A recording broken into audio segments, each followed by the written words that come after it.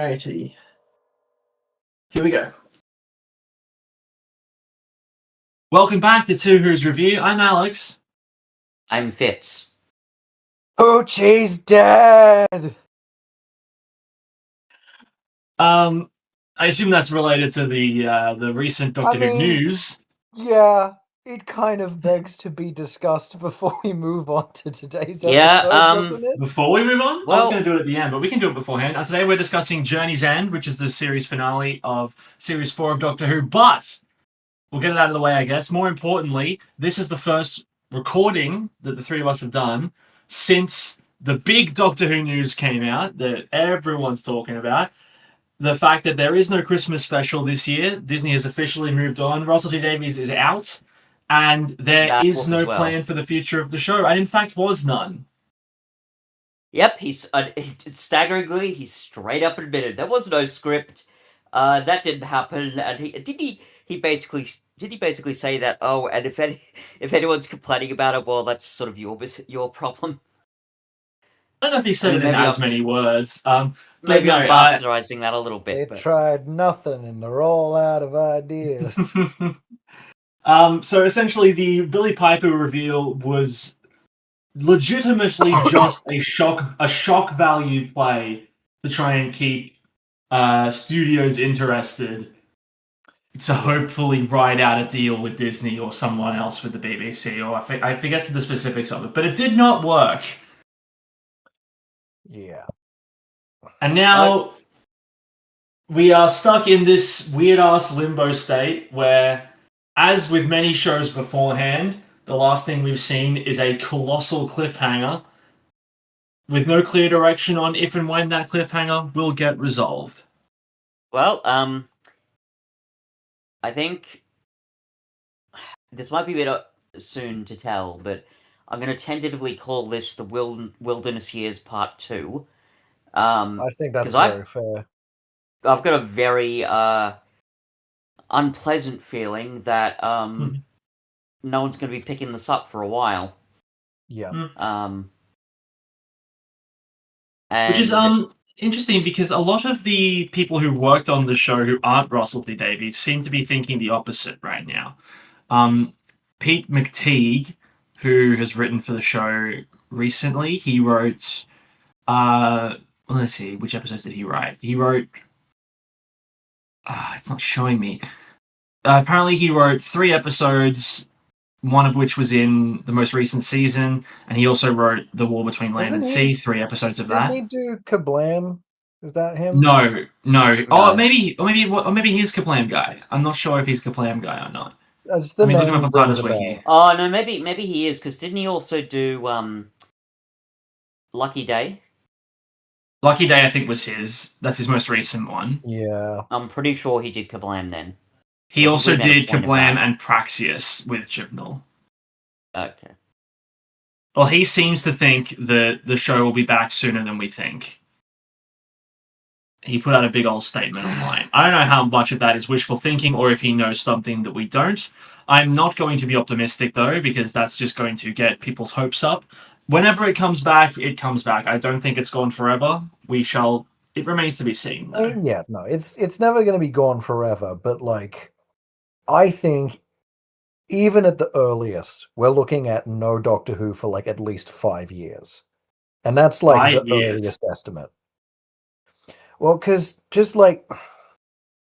it's in the same position, more or less, that it was back in the 80s, where it hasn't technically been cancelled, but until some new production company puts their hand up to say, we'll make it for you, BBC, and this guy will showrun it for you, BBC, like, we're not going to see anything new.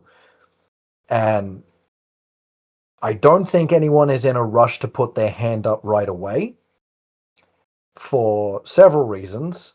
One, the show, in terms of, like, public opinion, has been on a downswing. Even though, like, we agree that the majority of the RTD2 individual episodes were good to, like, decent.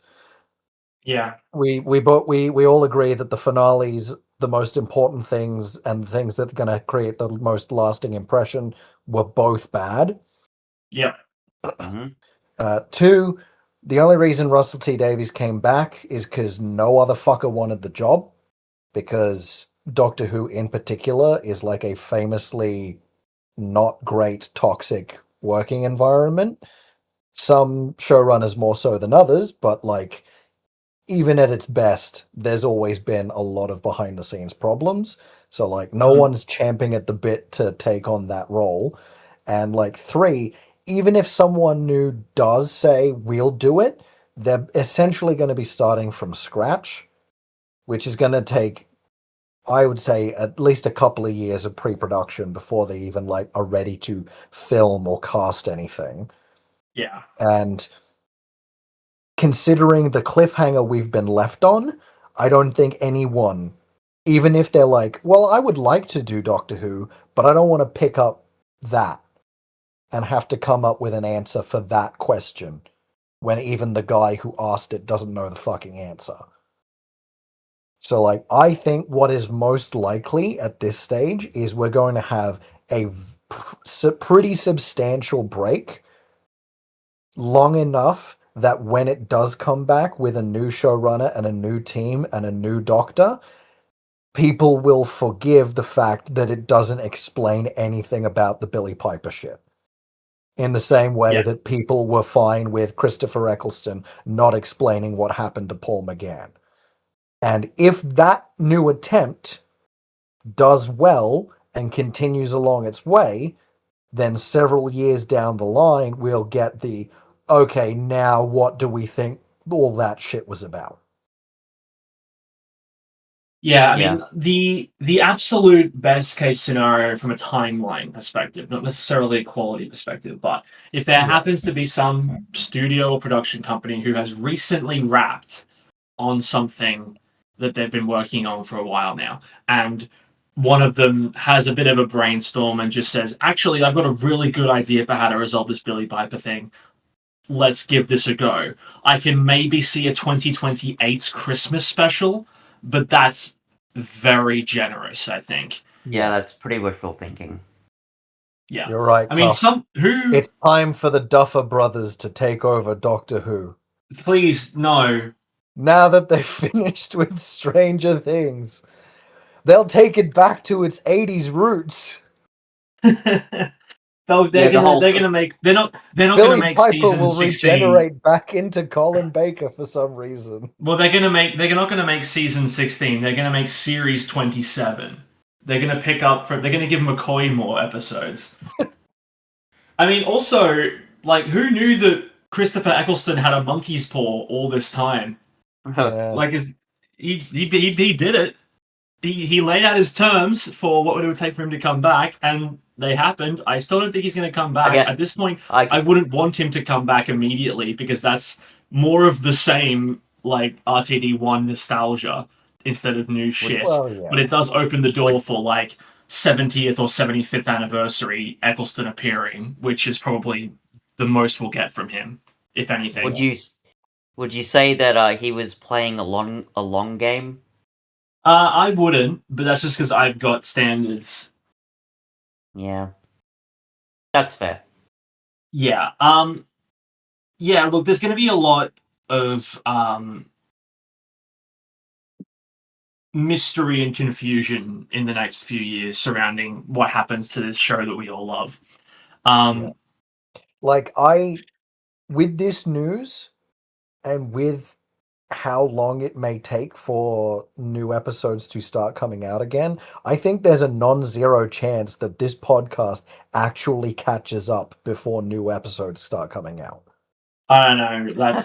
That would be very depressing. Consider if assuming we keep the same rate of about a season per year, 5, 6, 7, 8, 9, 10, 11, 13. That's like 10 years. That's a decade. I genuinely think it might be that long. Wow. New Doctor Who in Jesus our Christ. 40s. What do we think of that? Oh Jesus! Oh God! Ah, I mean, yeah, the news maybe for this people. podcast. Yeah. Sorry, go ahead. No, you go. Maybe this podcast will be monetized by then. Who knows?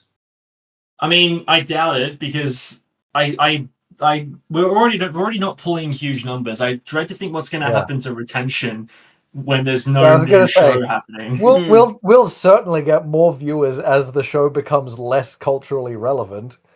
Our best Hey, performing episodes were not necessarily the ones we were putting out like to review newer episodes, but they typically coincided with new episodes of the show, either being like trailer or like in the wake of a season or something like that. Like those were typically our biggest hills.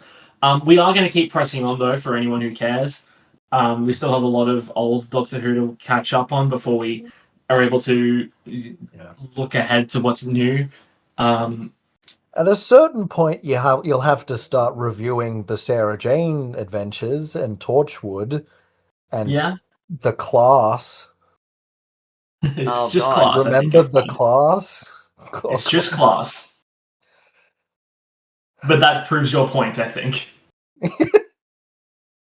Are they okay? Actually, here's another question: is the war between the land and the sea gone at this point as well? I imagine it must We be. mean gone. As in, like, I assume they're not doing any more of it.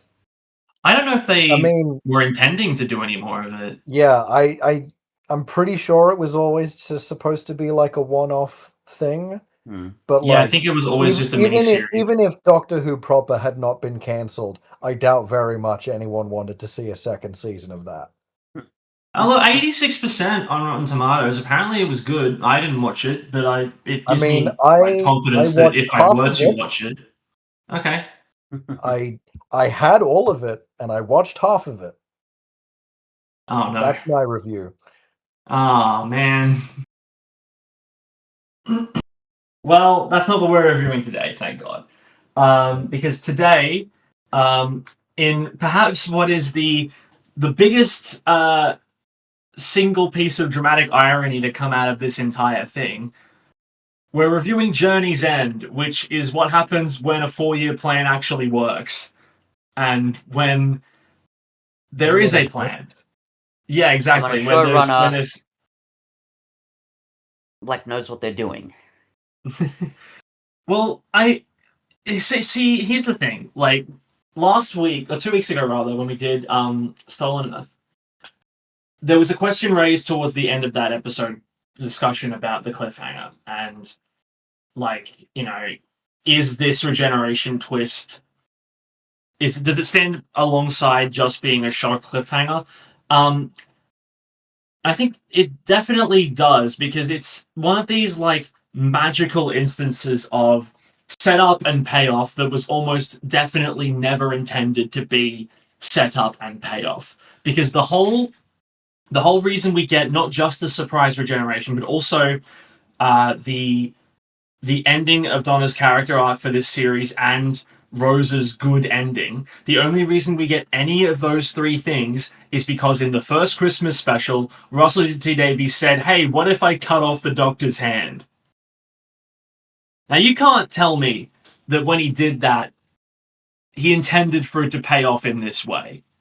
No, but I don't think that matters No. that much. And I No, will I'm say, not saying it does either, but I'm just Yeah. saying it's frankly miraculous that these last four series, and there's more stuff to resolve in the 2009 specials, but they resolve pretty neatly there as well. The fact that we have plot threads from 4 years of television, which no one thought were related in any way, coalescing in this really satisfying, both narratively and emotionally, like really satisfying hour of television. Like it's not even a perfect hour of television, but just the fact that it's such a tightly written like rope, as it were, of pulling these threads together. It's frankly astonishing that it works. like the threads of 'Cause destiny in the episode.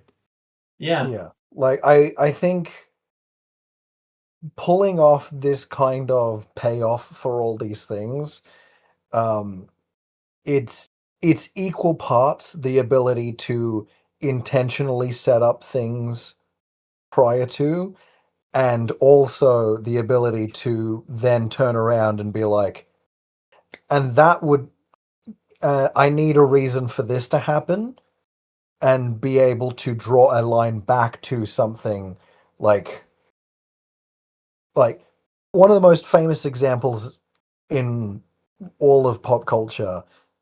In The Hobbit, it was just a magic ring that turns you invisible. Yeah. It was never intended to be anything else. And then he wrote everything else. Yeah. Well, I mean, yeah, So- I mean, this element of intentionality versus serendipity, I guess you'd say, like it happens a lot in Yeah. writing generally. Yeah. Even just speaking personally, I've had that experience. We think, okay, I need to do think I this have and too, just do actually. something. Oh, there's that idea, you know, and that strategy works better in some cases than in others. Here, thankfully, it's probably one of the better examples of finding those sort of small, seemingly insignificant moments and dragging them into the present to have a big impact. And like Um, putting aside the Yeah. narrative element of as well, like of talking about the emotional quality of it all. Putting aside even Donna for a moment, because I think this episode on a rewatch this time, I noticed something about it that I haven't really thought about before. In the midst of all of this, like multiversal destruction stakes and all these different characters coming back, what the episode actually really is a laser focused character study of the Doctor, because all of the different companions doing their things, apart from Donna, ultimately don't mean anything in terms of the narrative because they are quickly resolved and taken care of by the Daleks, like Martha with the Osterhagen key, the Warp Star with the others. What they are though are it's a way to demonstrate the Doctor's influence on those around him, and it's one of the things that causes him the most shame, and ultimately is why he ends up so lonely because he can't bear to see what he's done to all of his friends. And for the last like 5 years, Fitz, something that I every now and then bring up when we talk about just random ass episodes is a focus of RTD to discuss and like really put a spotlight on what the Doctor leaves behind, and this brings it all to a head, like in a really, really satisfying way. We get to look back at characters that have made heroic sacrifices, but more importantly, we get to see firsthand the impact that the Doctor has on the companions that he chooses. Like, you could never imagine Martha Jones at the start of Smith and Jones, for example, threatening to blow up the planet with 25 warheads as a way of holding the Daleks to ransom. You would never have thought that. And yet, it's so natural that she does it because of the journey that she's been on with the Doctor. Yeah, I'd agree with that. I'd also add that something that you've also brought up, that David Tennant is the loneliest Doctor, and this, I think, Yep. the episode solidifies that, particularly with the ending. There is one thing I Oh, wanted yeah. to bring up, though, and it's a smaller detail, but you say that the significance of having all the companions doesn't have, as much to do with the plot as they could. They're there more for thematic purposes and character development, which is fair. I think that's true. But isn't that like that one bit where the Doctor basically says, "I need everybody here to fly the TARDIS except for Jack"? Yes, they're there to fly the TARDIS at the end as well and help tow. Now, granted, that's a bit. But even It's a bit ad hoc to. Yeah, like that's Well, yeah. not a plot necessity. He has always been No. able to fly the TARDIS on his own, even though it's designed to have a crew of multiple people. That's But the other just thing to as well have is that's just to have like the nice feel good moment of everybody is here. Yeah. All my friends. Well, it's also you all get to be a part of this moment. Well, it's also to contrast the end of the episode where the Doctor is isolated and by himself again, despite having just done this thing with all these people in the TARDIS. Like that whole element of loneliness is exactly why that's there. Is to contrast it. This is the only Christmas special so far. No, sorry, the only series finale so far to not end on a big cliffhanger, leading into the Christmas special, and it's just like this incredibly like bittersweet ending where the Doctor managed to save Donna, but in the process loses his best friend and is now completely on his own again after just recently having had a massive family reunion, you know? Mm. I'm just imagining now that, like, for no reason, he just sits in the TARDIS sadly, and then just, like, reaches down under the counter and pulls out a chocolate egg and just starts eating it. Well, you're referencing the Easter special. We do have a Christmas special before that point, but that is very funny. Yeah, I know, but, like, that's the funnier mental image. Yeah. And who's to say those two happened in that specific order? Like, they are I mean, that kind of is true. interchangeable. That is true. Is the next one the Christmas special the next Doctor? Is that Yes, it what is. it is? Yeah.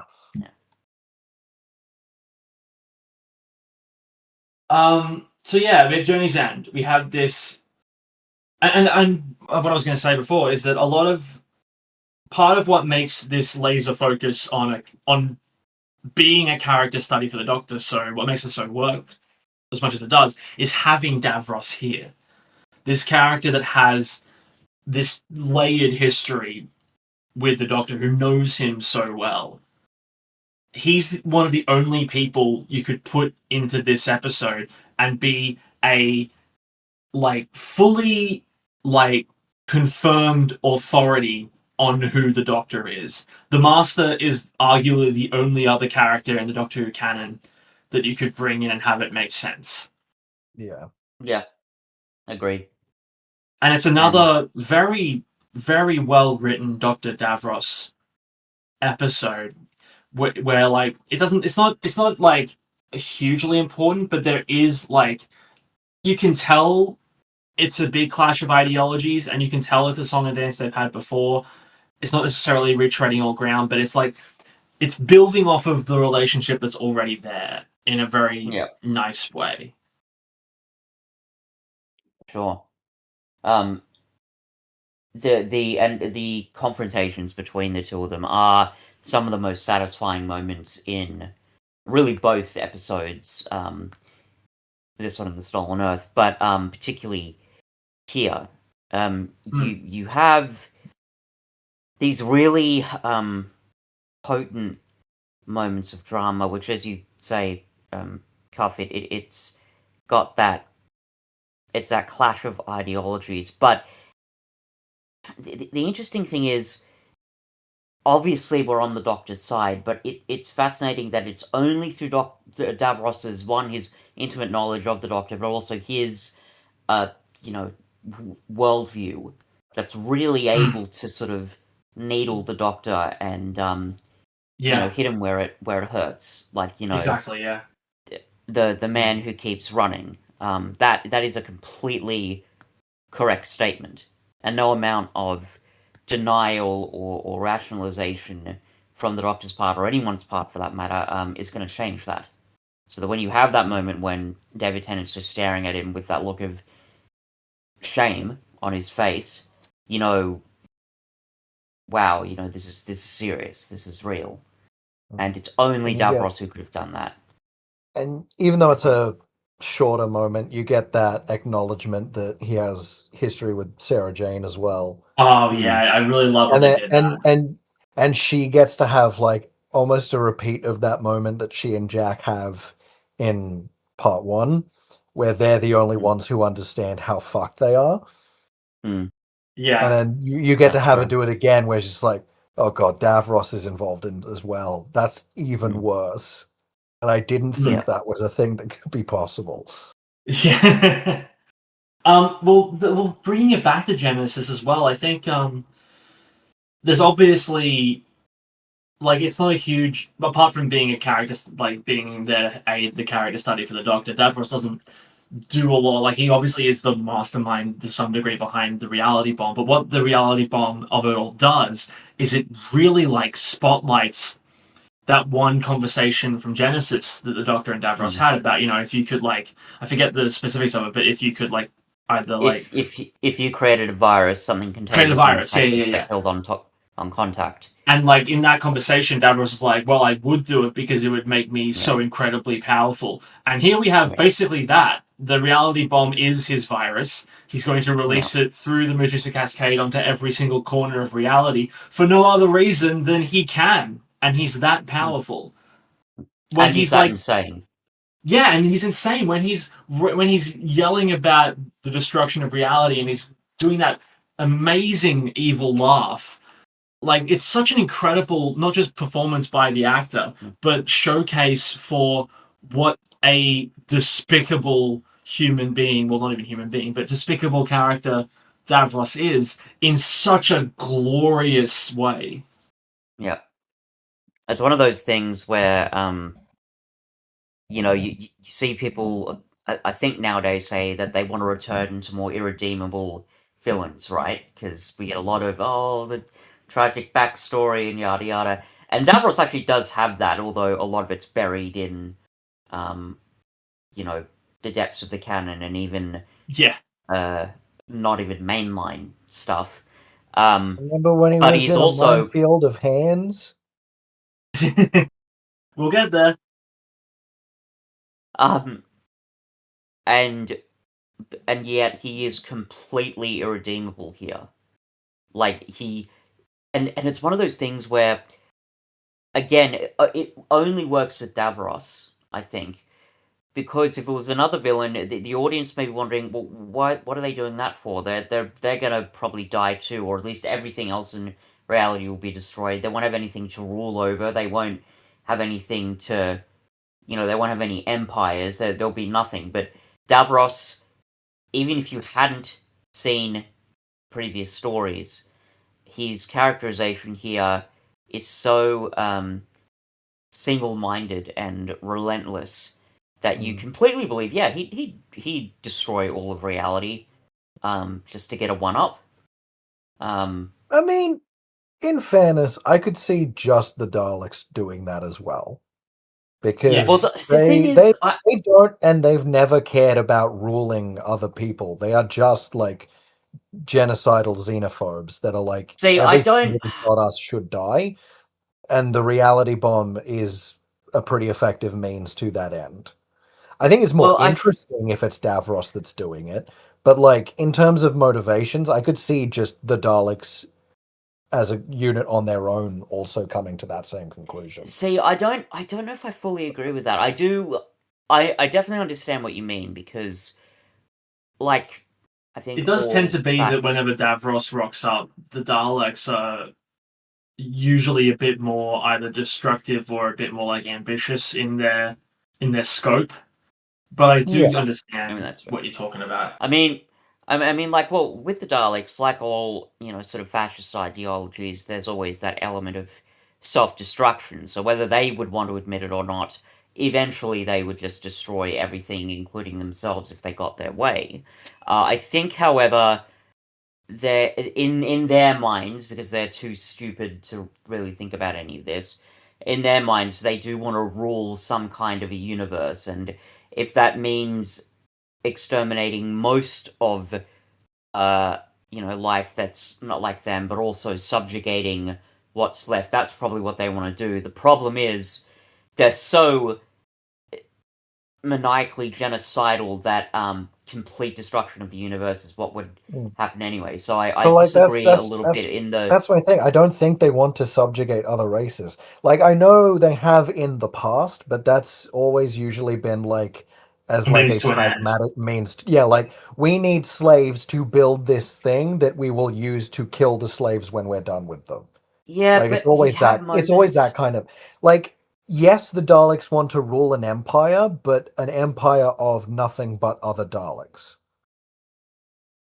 But that's still And something, at like least, I guess. and like when they get to that point, then sure, then they can be like, well, these Daleks are more pure than these Daleks, and then they just start the whole process over Yeah. again, fighting amongst Yeah, themselves. until Yeah. there's nothing left. That's just how this works. Yeah. But like you have moments like in at the end of Resurrection of the Daleks, and I'm not sure if you've seen that, Sam, but the Dalek Supreme has a confrontation with the Doctor where it basically says that like the destiny of the Daleks is to rule the universe, and I think whether that would be the actual outcome, because again, they're genocidal fascist maniacs who would destroy themselves. I do think there's a bit of a difference in motivation. I think Davros specifically, because of who he is and because of the relationship he has with the Doctor, including being, part of the Time War, and having those memories. I think it's only him that could do that, because I'm not even sure. Maybe the Master would do something like that, but it would be different in my view. Well, I mean, Um, I agree that like their individual motives and reasons for doing it would be different.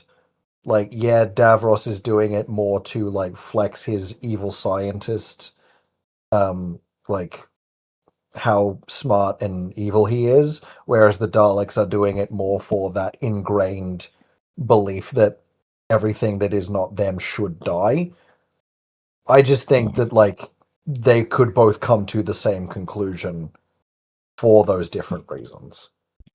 And as I say, it is still more interesting if it's Davros doing it as opposed to just Daleks, but their leader is red now. well, I mean, yes, Sam. I mean, how about we have this discussion? Could this episode work without Davros? I mean, maybe that's a question we should be asking. And yes, I'm deliberately being a dickhead here. No, you're right. Like No. Davros. No, Davros. Like again, I still think that the Daleks wouldn't. I think I do have to just disagree with you here, Sam. I do think the Daleks would have different motivations, but you are certainly correct in, regardless, Davros makes this whole story way more interesting, and certainly you would never have the conflicts between like that you have between Davros and the Daleks if it was sorry, Davros and the Doctor if it was just the Doctor and the Daleks, for example. Because even though the Dalek Supreme has a I, couple I moments. I will at least say that like if you're looking at the entire history of Daleks from like day one, then yeah, their motives are probably going to be a lot more inconsistent from Yeah. instance to instance. Yeah, But as fair. far as at least the revival goes from the beginning to this point, I think it's pretty consistently they just want to kill everything. Yeah, okay, yeah, I guess Yeah, that's fair. I think I agree with that. Of course, we've been talking about the Daleks this whole time. We haven't been talking about the fact that they very kindly self-translate themselves depending on wherever they are. Something that Yeah, we've never heard before due to the TARDIS translation matrix. And there's also something very Ouroboros about hearing a Dalek speak Yeah, German. speak German. yelling German at a defenseless populace. Yeah, I wonder if that means anything. I feel Yeah, like that's and like if that, a what do you call them? Like a one of those metaphors or an yeah. irony. There's a it's one of those things. It's crazy, right? One of those things, yeah. But It's very funny that exterminate in German happens to be exterminating because you do you get that a slight moment where you just think everything's normal and then the word changes at the last second and you're left thinking for a moment, Yeah. what? Oh, I understand. That's actually Like funny. it's almost as if it's like, okay, we've got a list of exterminate translated into other languages, and we'll just go down the list, find the one we like the most, and that's where Martha has to take the key. well, no, Yeah. in a way it makes sense though because German um has a surprising amount of similarities with English. Yeah. Well, yeah, There are a most lot of European languages do. oh no, even more than that. German has a lot of words that are either spelt very similarly to English or sound surprisingly similarly to English. So I think um, they wanted a word that sounds like exterminate but isn't actually exterminate. So they chose German exterminieren to make that work. That's I my theory anyway. wonder it does make me wonder what the native Dalek language sounds like. I don't think we're ever going to get that answer. But Probably like, not. no, because it happens every now and then when like there's some kind of issue with translation, like with the Sycorax, blah blah blah. But I always get that thought in my head of like, I wonder if the Doctor is hearing everyone speak Gallifreyan all the time. Like the Doctor obviously can speak English because they Yeah. can speak every single language, even baby and horse. But like, I do wonder if the Doctor is like when the TARDIS translation matrix is active, are they actively speaking English to make everyone like feel a bit more comfortable for any like loose translations, or Yeah.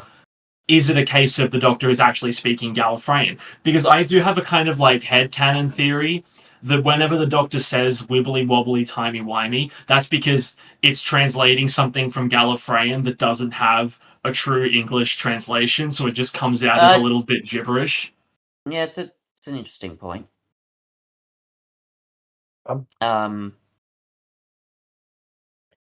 Yeah. I mean, with all like sci-fi translation things, you just kind of like. I mean, like It's a bit, yeah, the episode I pitched for one for of the the producing two thing, who's yeah. produced Yeah. was just like, yeah, like the Doctor can speak all these languages, but in an environment where nothing is being automatically translated, one, they can only speak one at a time. Two, Yeah. they kind of had a crutch for their entire life. Mm-hmm. So they end up like reverting to like caveman English or something like that. But like, I think just to me, the because I remember reading somewhere that like someone asked the question, why doesn't Allons-y get just get translated to Let's Go? Yeah. And like the official explanation was like, oh well, because he just throws it in a sentence, it happens too fast for the translation matrix to fix it. And I'm like, that doesn't make any sense. That's It stupid, can yeah. instantly Yeah, I translate agree. any other language in real time, but if you just switch languages halfway through, then all of a sudden it becomes too difficult. That's just fucking stupid. So the answer is what it always has to be is it's the Babel fish. It goes off of context. Yeah. Allons-y doesn't Yeah, I get mean, translated because the Doctor's Yeah. intent is to say the French phrase Allons-y. yeah. Yes, It reminds exactly. me of Not he's saying let's go and happens to be speaking Yeah. in French. Yeah, it reminds me of if you and I don't know if either of you've seen it, but if you watch the movie Inglourious Bastards, there are a lot of non-English speaking characters. You know, they'll speak German or French or Italian. Christoph Waltz can speak all three and English. But there'll be some moments where the words they translate in the subtitles they're not actually translated, and the reason why is because many English speakers are already familiar with them. Yeah. I remember Well, I haven't seen Inglorious Bastards, but I have watched all of Allo Allo a couple of times. Fair enough. And they just switch accents to signify which language they're speaking. Touche. Yeah. So like whenever the British Airmen show up, everyone in the scene is speaking English, but all the French people are speaking with French accents, and they're like, "We do not know what the English people are saying." So you have like the police officer who like can speak French but is bad at it. So he's doing it in a bad French accent and fucking up his words all the time. Isn't there something similar happened with it was like the French Canadian dubbing of the one episode of The Simpsons where Bart goes to France, but it's like it's French, but it's like a different version or something Yeah, like that. I'm pretty sure like they would speak Quebecois, whereas the French people in the episode would speak like Parisian French. Right. Which like I don't know the specifics, but it's my understanding that the differences are like the difference between a Londoner versus a Bogan. So like yeah, they're still speaking the same language, but communication is gonna be difficult.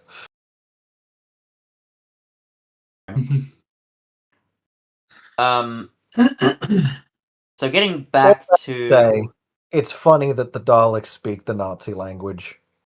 yeah, it is. Well, Yeah. former Nazi language. That's true.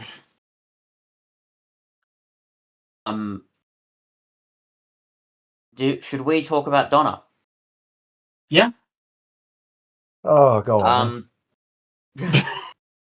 It's only arguably the second most important part of the episode.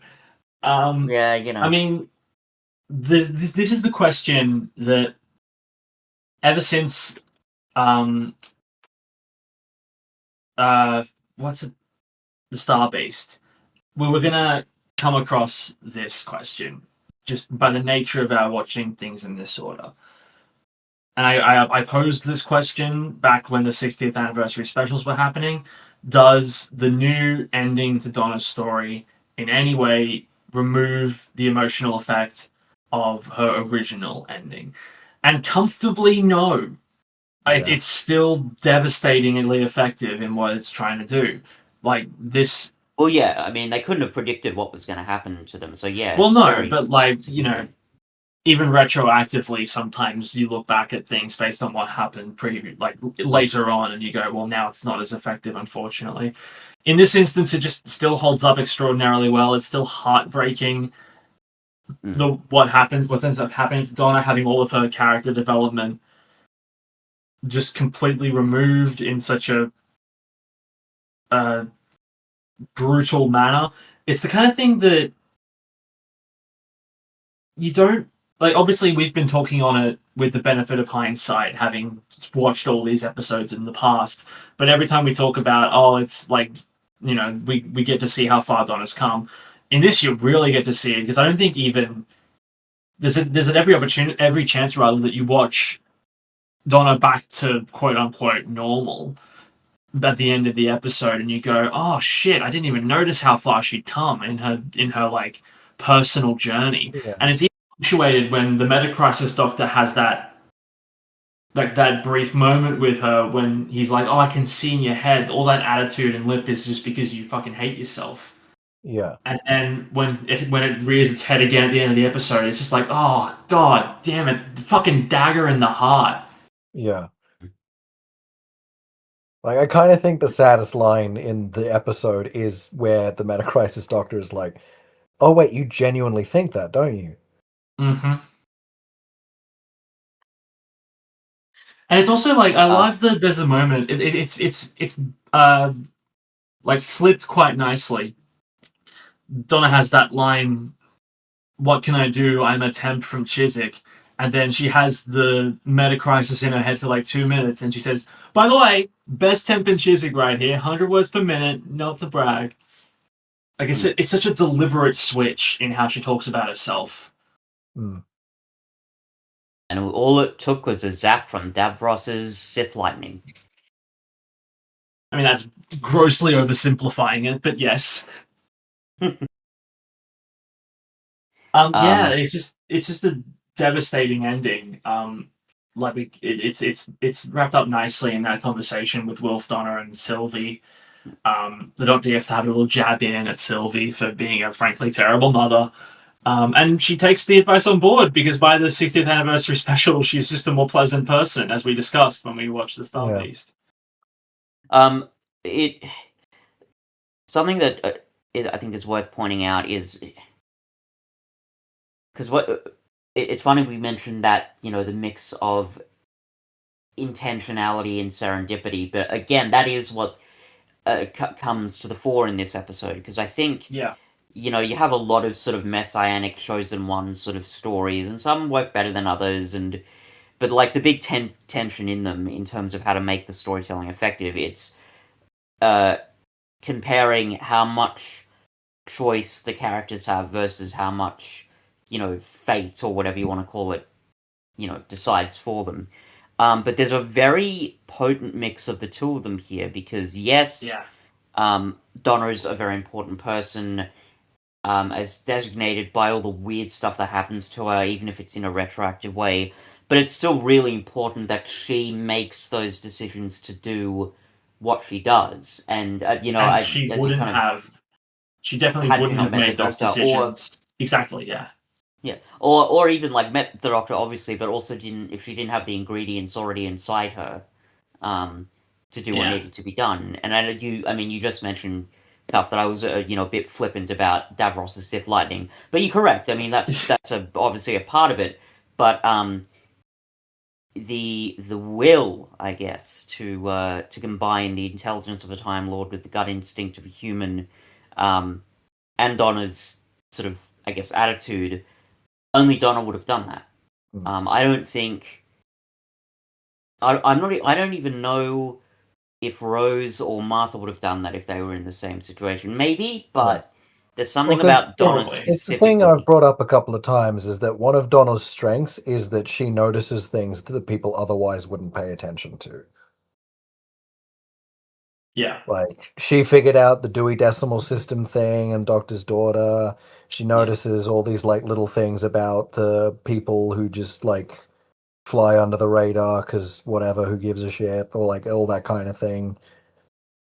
Like, Well, I think it's a fairly consistent thing that she is smarter than she gives herself credit, and she Yeah. is smart in ways that the Doctor isn't always like paying attention as well as he could be. Yeah. Well, I think it's interesting actually because we've talked a couple of times with this season about sort of the Doctor's arrogance, right? And particularly with David Tennant because it's more prominent with him than I think it is with a lot of Doctors. But part of that, one of the drawbacks is he can get very single-minded and very myopic in what he's trying to do. So even though he's good at coming up with a lot of wacky answers and possibilities, he can't see all of them. But Donna, maybe because she's felt a bit singled out and a bit, um, how should I put this, unworthy of attention or interest from others, maybe that's given her a particular view on life that makes her see different things that quote unquote normal people don't see, including the potential good or bad of people around her that might get ignored. So I think it's a very consistent form of characterization that she should end up the way she does. Not the very ending, I mean, but the whole helping to save the day element of it. Yeah. Do you think Dalek Khan saw far enough ahead to know that the Star Beast was going to happen? I think Like, Dalek can't only see. obviously, in the writing of the show, no, Yeah. because how could you plan that far ahead? Yeah. But like, I think it's in one of the those internal logic of situations. him seeing the future and being like, because like that, we haven't discussed it, but like one of the big No. twists is that Dalek Khan goes crazy, can see the future, and actively decides, actually, being racist, genocidal maniacs is bad, I think. And I'm going to actively sabotage the rest of them. But then Which is kind of after all that great, is, really. yeah, like after all that is said and done, as they're escaping, he says to the Doctor, one of them is still going to die, though. I didn't actually lie about that part. Sorry. Yeah, you're going to have to deal with that. Which, I don't know. Maybe he wasn't actually talking about Donna in retrospect. Because, like, the way it's written, you're meant to interpret it as Donna doesn't literally die, but it's like a more spiritual, emotional death of this Yeah. version Yeah. of Donna, yada, yada, yada. But, like, Yeah. I don't know. Maybe he just knew that Elizabeth Sladen was gonna die eventually. Yikes. Oof. My interpretation of it is that Dalek Khan is only able to see as far as his own personal timeline allows. He can't see Yeah, beyond that his works own too. death. And like he knows that Donna has the metacrisis in her head, and is like, well, I don't see a way out of this. Either it's actually going to kill her, or you're Yeah. going to have to do this maneuver to kill this version of Donna. I think that's the more charitable way of viewing it. Yeah. Yeah, I mean, well, I think the beauty of it, with its ambiguity in context as to what the show is, it almost doesn't matter. Like, not in a way that, No, yeah, it's you just a know, dumb, like, yeah. Well, the thing is, when I'm you look back happy. over 20 years of canon, you're like, hang on. Look, I'm happy. I'm happy the line is in there. I don't. It certainly doesn't take anything away from the episode. And indeed, I think enhances it with its mistake. But that's kind of the brilliance Yeah. of it, I guess. That Mm. it neither harms nor helps the episode. I I forget. actually, I was just as I was watching it, I realized I misremembered the line because I, for whatever reason, seem to have a vivid memory of him like saying, "I'm sorry, one will still die." oh, Like he was like actually not just that he had turned on the Daleks, but he was genuinely sympathetic that Hmm. the Doctor was going to lose one of the companions. But no, apparently that's just something I invented in my brain. while we're talking about Dalek Khan, I forget we discussed it during Stolen Earth, but Nicholas Briggs, man. Yeah, Yeah. Nicholas He's fucking Briggs. I mean, there's a reason that even in 2017, when there was a dramatic shakeup of basically the entire Doctor Who production team, even Murray Gold didn't survive. Nicholas Briggs remained on as Dalek and Company voice actor because he's just so perfect. And in this story specifically, he's got a lot to do. There's varied Dalek voices. There's not just a single Dalek voice, but he's also yeah, got the Supreme Dalek, which is a very different voice, and perhaps I think his best creation, Crazy Dalek Khan. Like the lilting psychosis of that character's yeah. voice in Like that all the like little giggles. the yeah. giggles, the whimsical when he's just like, I flew into the Is wild. coming. Yeah, exactly. It's It's just so chilling and it's so fucking good. He is amazing. also, Well, how could we I think forget? part of it is it's a level of emotion we're not used to hearing from a Dalek. That's true, Oh yeah. yeah, At for least sure. non-anger. Well, here's the thing, right? There's I think strong implication that Daleks are sort of neurotic and hysterical, yeah. but they repress all of that because they can't. That's just not how they're bred, I suppose. But Dalek Khan is the true insanity at the core of the Dalek mindset, sort of released to an extent. Ironically, only through doing that is he able to realize, wow, we're kind of pieces of shit, really. This is not the things we're doing. That's not cool. Anyway, also Wait I a minute. should really. Destroying everything is bad, actually? I Are we the think baddies? that's... I mean, also, I can't believe the two of you. How could you forget one of the best Nicholas Briggs moment? German Dalek. What are we talking about? Well, we've Have you discussed ever? it already. We didn't forget Yeah. it. Yeah, but you still need to bring it up because have you guys ever heard a Dalek speak German before? I didn't think Yes. so. Yeah, in the episode that we watched. All right, fair enough.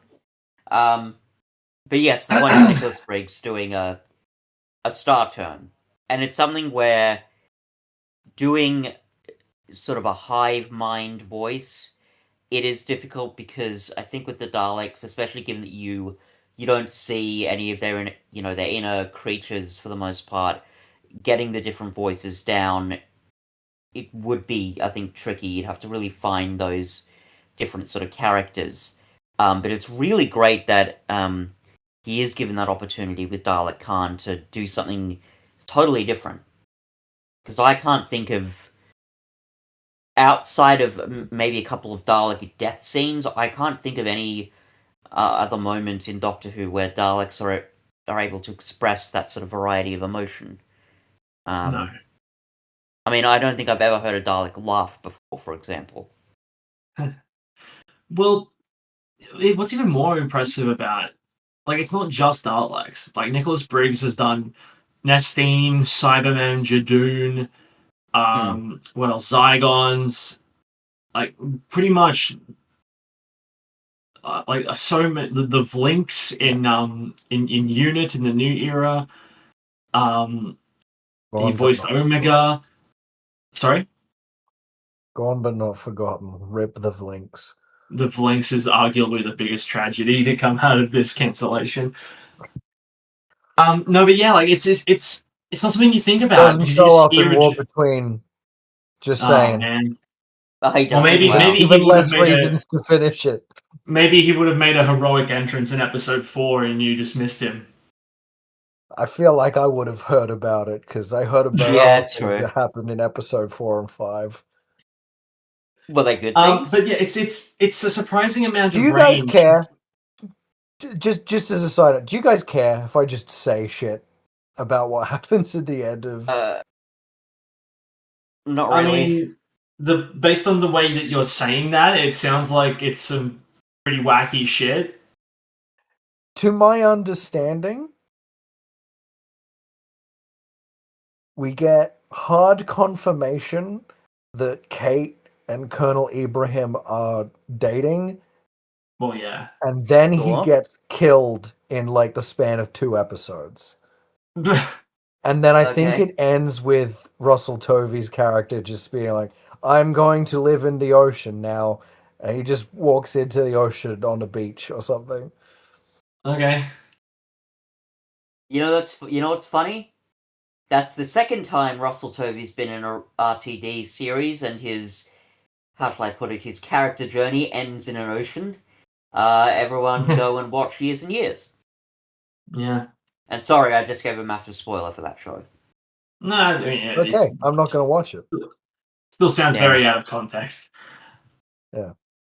Um, Also, I'm pretty yeah. sure it happens in the year that 15 spends in that hotel in the Christmas special. Right. So, like, Huh. at one point in that year, Well, garbage rained from the sky and, like, killed hundreds of people. I don't know if it can, because Colonel Ibrahim appears in Series 15, which is after the hotel year, isn't it? Yeah, but Is that, it? like, the hotel year isn't necessarily, like, I suppose so. yeah. It's in a giant time traveling hotel. Yeah. Maybe it's not actually like explicitly stated to be that year. Maybe it's just a meme that I saw that was like there are like Sure. 3 separate instances of the Doctor on Earth during this, and none of them are doing anything about it.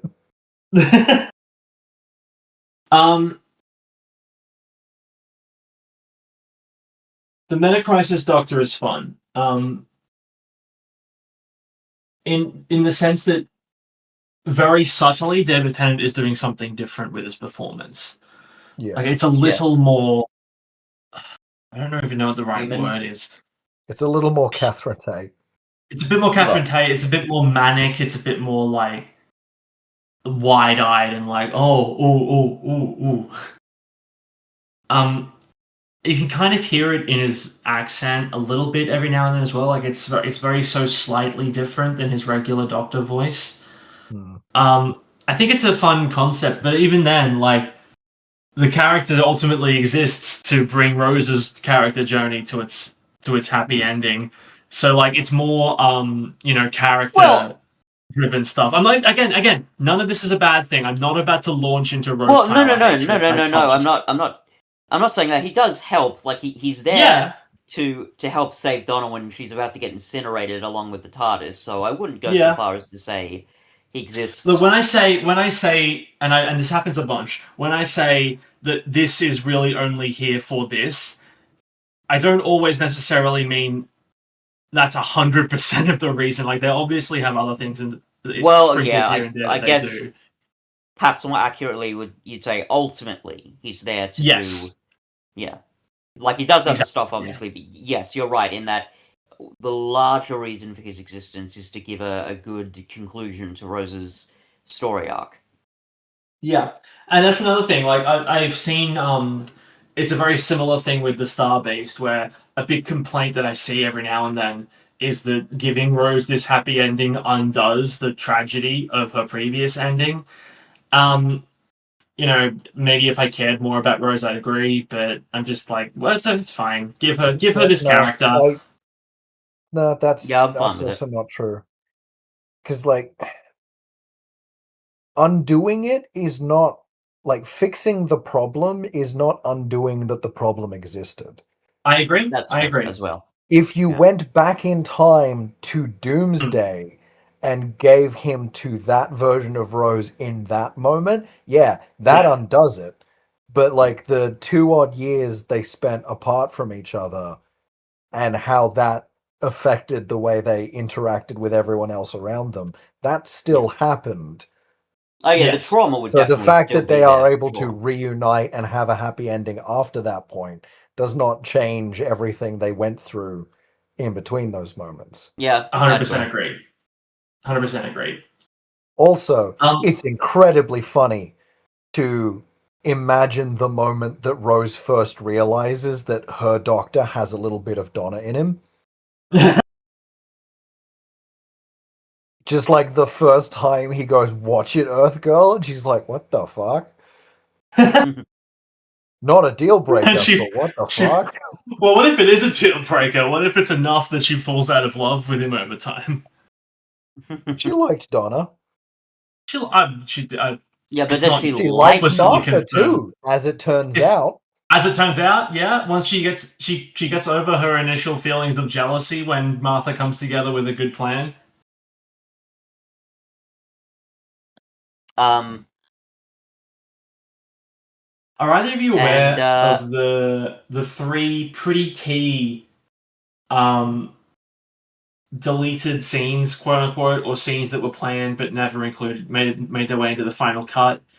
Because Go on then. some of them are I pretty would- substantial. I would like to know also, just a brief thing. To put it bluntly, how long do you reckon it would have taken before Rose and the Metacrisis Doctor started fucking? Oh, This I is a mean, family show, Fitz. no, it's fucking not, Mrs. like fucking blank head. How deep is that throat? That was you, little miss. I'm Don't saying forget Doctor that. Who is a family show. Yeah, again, but that didn't stop you in the past. Not us. Well, It's arguably more explicit in To Love answer and your Monsters. question, I give It is. her It about is a week. little bit more explicit in Love and Monsters. Like, yeah, we have our ways of being intimate. Jesus. Uh I feel like they need to decompress after all the They do. multiverse hopping end of the universe shit. yeah. And there's a very specific way they can decompress together. I mean, he's got you there. It depends Anyway. on the person. I don't know.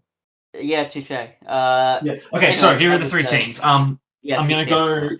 I'm gonna go not in chronological order. I'm gonna go in reverse because the first one is the most like potentially canon breaking. So there was a cliffhanger written where the Cybermen appear in the TARDIS, and the Doctor gets to do his what thing all over again. Very, very happy that that's not in. I prefer. Yeah, I agree. I prefer it this way. Like it would have led to a very different Christmas special, which I don't necessarily mind. But like I don't know. The Cybermen like- are in the Christmas special. Yeah, yes, that's but true. the episode doesn't begin with the Doctor like running away from the Cybermen. It would have been a different beginning at the very least. Yeah. Then there was also a moment when the Doctor leaves after Wilf says goodbye, and we see Donna again. She hears the TARDIS leaving, and there's like a brief moment of what was that, and then she shrugs it off. Again, very happy that's not there as well. Yeah, that Like, would it have would just been. be- It wouldn't have worked in terms No. of the canon they set up. Like the Doctor's. Yeah, very and I also, could like- have, I could have lived with it. I could have lived with it, but I don't think it's as strong as I think it's when still we leave probably Donna in the correct choice to cut, but Yeah, I don't think it would have ruined anything. I mean, Until even that's having done. the Doctor meet Donna at the end there. I mean, it obviously didn't. It didn't break anything, but even that was probably pushing it in terms of the Doctor taking a risk like that. So having Yeah. this sonic trigger, so to speak, probably would have not made the episode work. Or at least I don't think it would have. yeah. And then when they're in Bad Wolf Bay, and this is the most. I think this one was actually filmed. This one was specifically filmed and then cut. The Doctor hands. I'm just reading this straight from the TARDIS wiki. The Doctor hands his clone a coral-like piece of the TARDIS, telling him to grow his own. When the clone Doctor protests that it takes thousands of years to grow a TARDIS, Dr. Donna provides him with a faster solution so that Rose and the cloned Doctor can travel through space, quote unquote, as it should be. I think I remember hearing about that one actually. Huh. Yeah. I mean, I think we knew prior to this point that TARDISes were grown. I much prefer this Rose and this Doctor having isolated unit adventures on Earth rather than being able to zip around their universe in a Yeah, TARDIS. again, There's also Yeah, the I agree. implication that, I don't think the I implication would that care. I think but I don't would think because there's a huge emphasis put in parts of the series that this is like the TARDIS is not only alive, but this is the last TARDIS. I like especially later on when the TARDIS gets to speak for a bit, she laments her fallen like sisters. So the idea that there is a way to grow more and the Doctor just isn't, I think does kind of like that's fair, yeah. but more from the perspective of just like should other Rose and Doctor have a TARDIS, I don't Yeah. really care so much there. No. I But I think dedicating time to that in that scene is probably unnecessary. So Yeah, I agree. on I mean- that basis, I would say it's probably best to cut. I have a slight problem with it, but for sort of different reasons. I think even I guess thematically, it's more satisfying to have the Doctor and Metacrisis Doctor and Rose just staying put on Earth.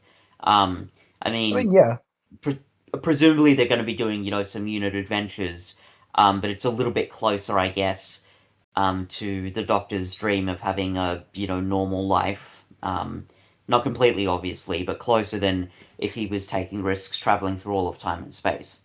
At least he gets to stay on Earth. well, yeah, it's certainly more satisfying if they just Mm. have a fairly standard life on Earth. Mm.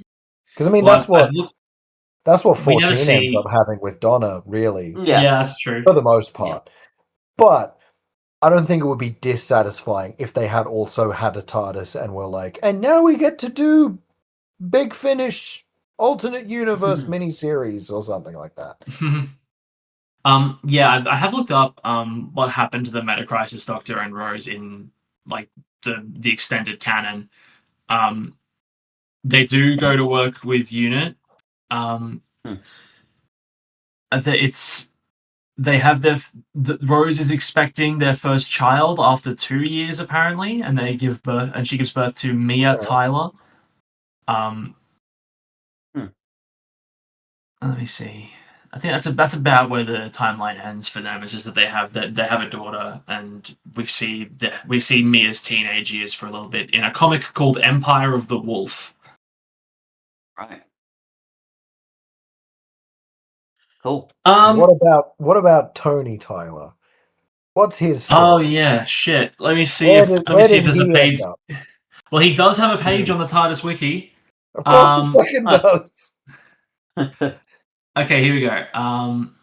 While Jackie was fighting the Daleks during their invasion of her Earth, wait, what? Dalek invasion of Earth 2009. Okay, it is this moment. Wait, what? No. She left Pete on the nursery run to look after Tony. Oh, yeah, of course. I keep thinking that at this point Jackie's pregnant, but she's not. She's had the kid. She was pregnant in Doomsday. In Doomsday, So she would have had the baby. Okay, yeah, so that's actually a pretty good justification for why Pete's not there too. Actually, come to yeah. So I'll read it from the beginning again. While Jackie was fighting the Daleks during their invasion of her Earth, she left Pete on the nursery run to look after Tony. Jackie asked Rose to look after Tony when she and Pete took a private Zeppelin to Malaga. When Rose went into labor with the child she had with the Metacrisis Doctor, Tony became the uncle to Mia. Yeah, so very little is known about Tony, apparently, other than the fact that Rose babysat at one point while she and Pete were off on a lovely little journey. Well, any new showrunners looking for avenues of storytelling, the Tony Tyler well is completely untapped. Cross realities to tell this story. Yeah. That's why the Doctor regenerates into Rose. It's the only way to save Tony Tyler from the interdimensional threat. I think you're onto something here. Hear that, BBC? Yeah, hire us legitimately. We can brainstorm some solutions to this mess. We've been producing the show technically for 3 seasons now. Our ideas are kick ass compared to long running storylines the show's been putting out recently. It was funny. If we do say so ourselves. I was listening to the latest Weekly Planet, and they were Yeah. discussing the cancellation, and like as a joke, they put forward Phoebe Waller-Bridge not as the new Doctor, but as the new like producer, Oh, because she has been doing a lot of producing stuff lately. yes. With the joke being that almost none of the things she's produced have actually come to fruition, like the Tomb Raider show that she was supposed to be doing. I think that's now in production. I think that's happening now. I mean, yeah, after like what, 6 years?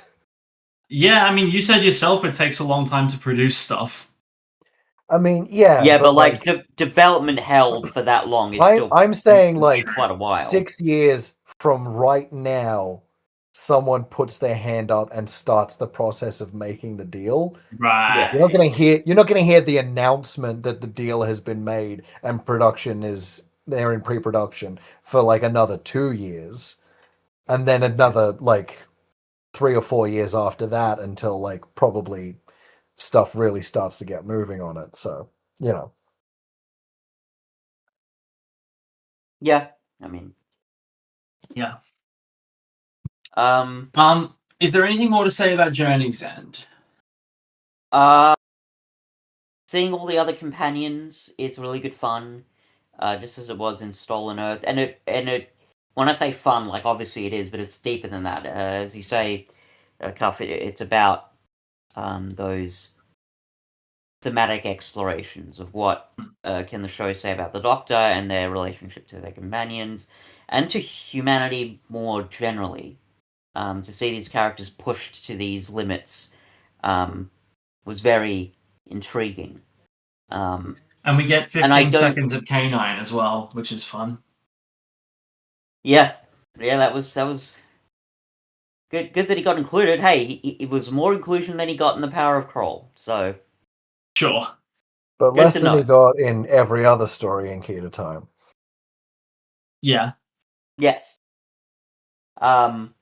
More on that next time. But I think beyond that,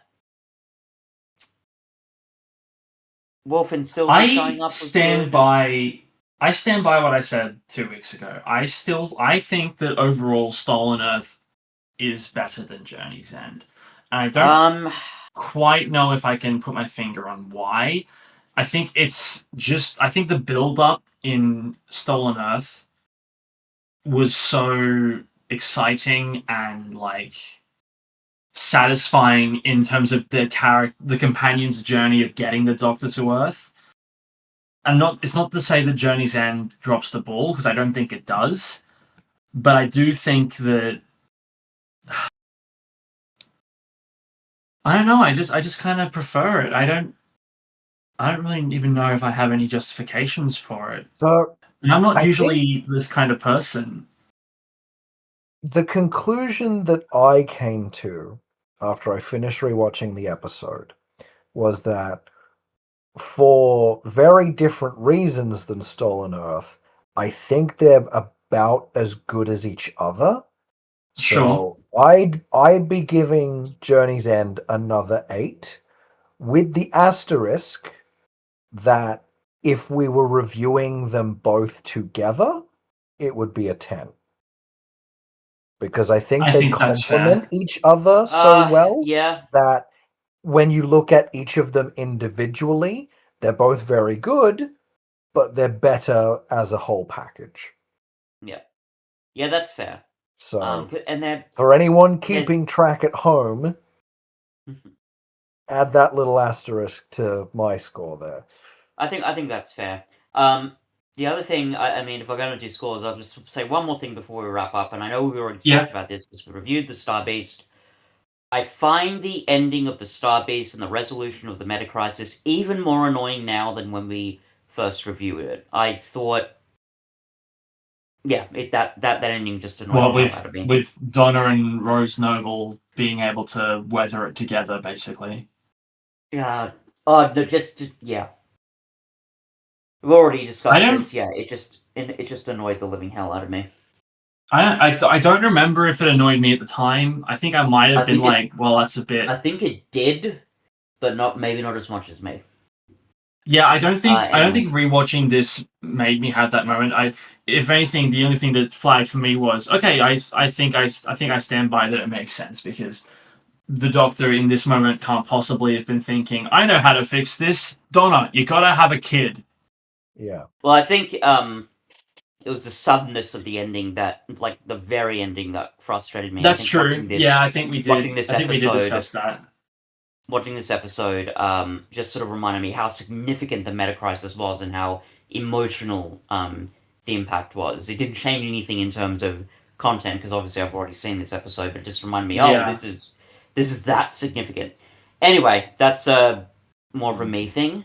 All I'll say on that is, if push comes to shove, I guess you could make me admit that that resolution is maybe a little contrived, but I didn't care because I liked it. Yeah. And Fair enough. I thought it made enough sense. Maybe it was a Sure. little rushed, but I liked that it worked out in a way that was satisfying. I liked that Rose's identity was like an actual important part of how it all worked out, even if it was a little clumsy in its execution. But like, Sure. where that Remember stuff's after concerned, the points for trying as long as you don't actively get it wrong. Do you remember like the evening that the Star Beast first came out? You, Sam, sent an image into our Doctor Who group chat, which was one of those like praising the sky with a massive sun and it's Russell T Davies' face in the center of it. How far we've come! Yes. Yes, I it's mean, I mean, it made sense at the time, I I think, will. because It I did. honestly, I'll stand by that meme in the context of the moment, how it felt in the moment watching Star Beast after Sure. forcing myself to catch up on Chibnall in You know what? preparation. I'll even say I'll go one further. I still think that RTD2 overall leaps and bounds ahead of the Chibnall era. oh I'll yeah, Yeah, I mean, like, I'll put well, that. it's the thing we keep saying. He only fucked up the important ones. well, here's the thing, right? And I actually said this way back, I think when we were reviewing, it was maybe not the Church on, oh no, maybe it was the Church on Ruby Road, one of the early 15th Doctor episodes. I said something to the effect of, is the only reason we're really enjoying this because we've just come out of the Chibnall era. Now that we're at the end of all of it, I think that's not totally true because there've been some Yeah, genuinely good it's episodes. not And the only the reason, Yeah. but it definitely was a reason. yeah, because I do.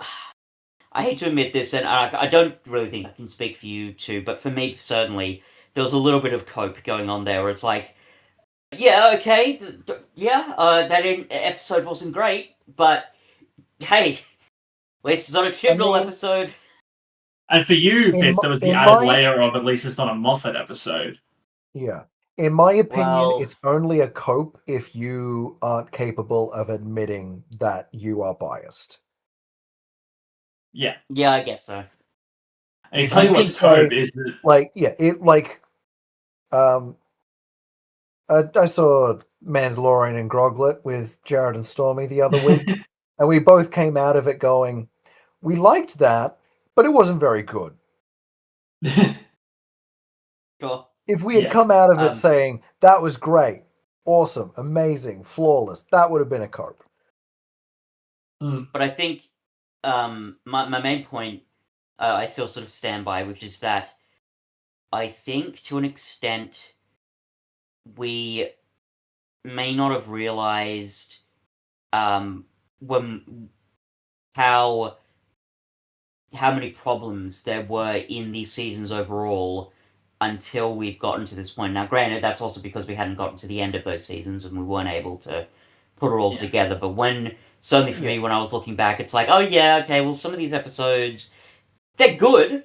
They're better than we've got in the last few years, but are they really... Like, we cannot be faulted for taking setup on good faith because we're expecting it to be paid off, and then it just isn't. Like, that's not our fault. I think this is another slight tangent. We cannot be blamed for believing what we were told was true. Yeah.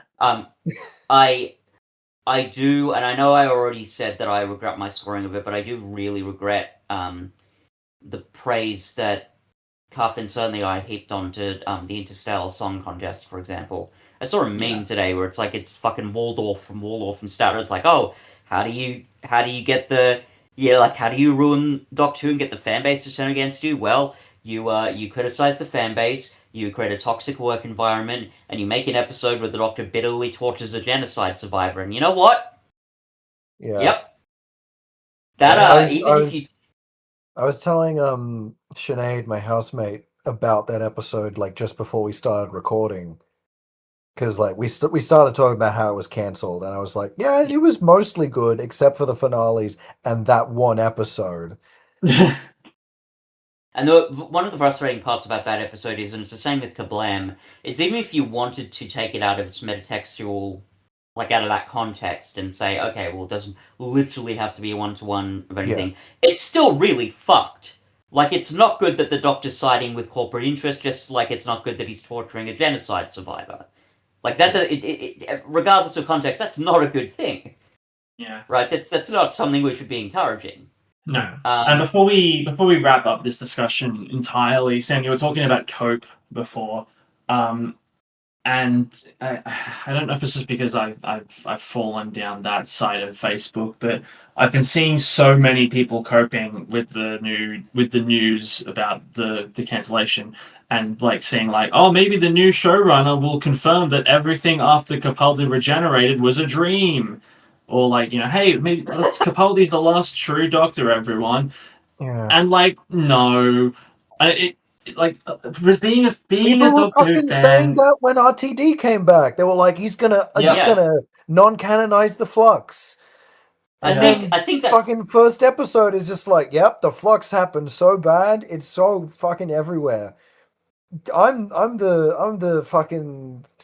God, I don't even remember what the fucking thing is called.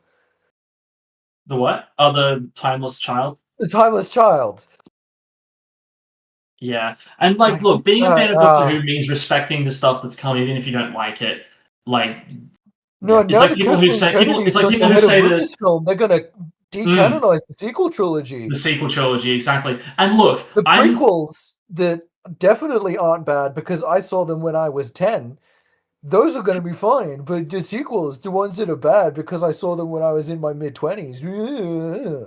And look, I'm more than willing to admit that I'm an RTD2 apologist. Is that the right word? Like, I'm always going to be like, no, that era is overall quite strong, except when it's not. Too generous. It's too generous, but I'm more of like a devil's advocate for that era, being like, no, the individual episodes are really I would say good like devil's advocate is fairer. Yeah. You're an RTD2 centrist.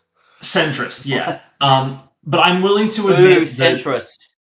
I'm willing to admit RTD2 has many a fault. Definitely the soured reputation in the fan base in general was to some degree earned, especially after Interstellar Song Contest. However, we cannot deny that there were significant subsets of the fandom that were actively banking on this era tanking and being cancelled the second a non-white actor was cast in the role.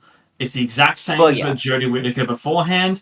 Yeah. And you give the bigots an inch and they'll take a mile. The moment that a Jodie Whittaker episode flops, or the moment a Ncuti Gatwa episode flops, you have the bigots coming out in droves being like, see? They're why it's bad now. Go back to the way it was before. And Doctor Who like lowest ratings I mean, this week. exactly, yeah. Like yes. I am not willing to discount that it is those factions of the fandom bleeding into the rest of it that ultimately caused at least part of the negative reception in the wider like viewing audience that led Yeah, to the I moment that agree. we're currently in. I mean, Like I will say, RTD is not innocent by any means, but no, we God, do no. have to acknowledge that. I Yeah, I will agree. say on that topic of like the subsection of toxic, racist, bigoted fans, whatever. I will say that almost universally, especially in this current like climate for in terms of the intersection of politics and fandom spaces, Yeah, almost always that vocal minority is actually even smaller because the yeah, majority of people in it weren't actually in the fandom space to begin with. yeah. True. Like they're like I would say even at a conservative estimate, a bit over half of all like people who are like they put gays in Star Wars, they put black people in Doctor Who, they put trans people in fucking Ghostbusters or whatever. Like more than half of those people don't care about the things they're talking about. They care about the culture war grift.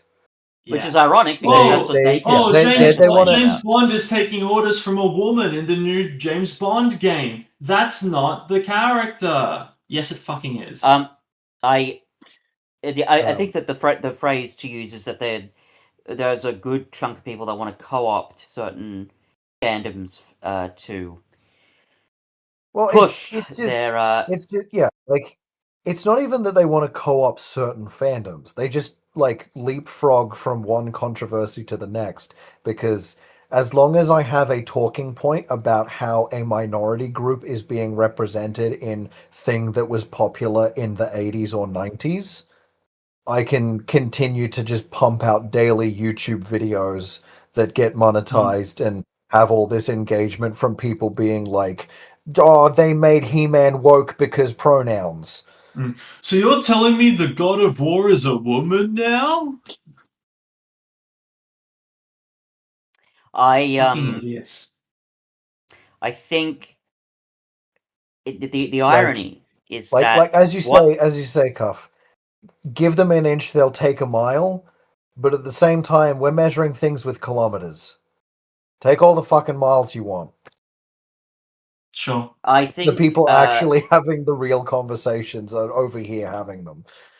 the Hello. the the irony is that the things that they accuse, leftists of doing is actually what they're doing. They're the ones trying to co-opt these fandoms. They're the Yeah. ones pushing their ghastly beliefs into these spaces. Because look, Conservatives projecting?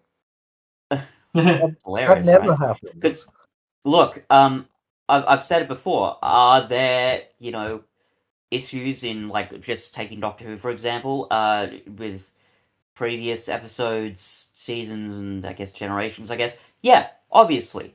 Um, but the key to it, I think, has always been a sort of a willingness to view the world through a progressive lens, and that even though it, let's be clear, did fail in many instances, the desire for a progressive world is at its core. And if you As it don't is at the core realize of that, all science fiction. Yeah. Well, well, certainly the or good majority of science it, fiction. yeah, Well, good yeah. of good science fiction. Um. So yeah, Anyway, Sam, you've already scored Journey's End with an 8. Yep. 8 with I'm an going to give, asterisk. yep, I'm giving Journey's End a 9. I think it's pretty even with Stolen Earth, even if I do prefer it just that little bit. yeah, I'm gonna give it a 9 as well. Right. All right.